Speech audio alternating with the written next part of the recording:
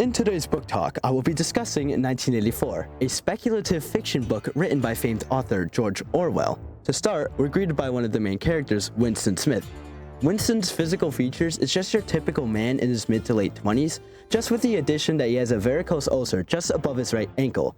Winston Smith as an individual is considered an outlier because he commits acts that are very illegal against the Ingsoc party. In addition, he's very skittish and can be very crude in many parts of the novel. Later within the novel, Winston Smith is paired with Julia, a semi-main character and his lover. Also, I only say semi-main character because Julia isn't with Winston for the entirety of the novel, thus my reasoning for my word choice. But however, they're both similar in the ways that they act, therefore they're a good pair to team up and defy the Ingsoc party secretly. A couple of additional characters to discuss are within the Ingsoc party. O'Brien is a higher up within the party and Winston Smith is very aware of that. However, O'Brien kind of stands out more to Winston because he looks at O'Brien and thinks that he might also have defied the party or currently is at that moment of seeing him, thus why Winston sort of looks up to him in some way.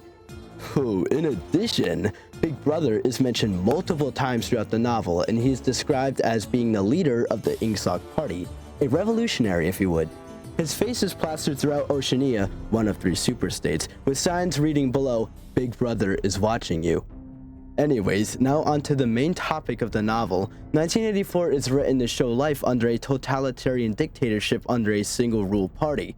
Speaking of which, you may know that some single-party rulers seem to have their own motto to really keep the people interested or supportive, typical totalitarian ideas.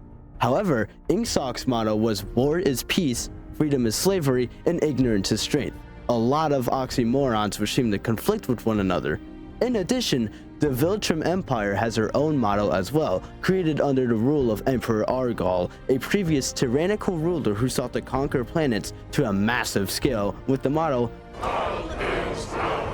100% correlation in my book. Back on track to dictatorship under a single party, essentially purposed to be a warning to ensure that the likes of anything remotely similar to Ingsoc is avoided at all costs. The plot is essentially Winston going about his life doing typical Ingsoc objectives of which he is assigned, while also secretly defying it himself. Ooh. If I personally were to rate 1984, I'd easily give it a 10 out of 10 because what I've read has educated me so much on dictatorial governments in general and a general understanding of how to recognize the hypocrisy and falsehoods that these governments entail. Readers like you, yes, you, should read the book because if you're into reading books, this book is the perfect material for you to read. So if you have any questions regarding the novel, please raise your hand and I'll gladly answer them.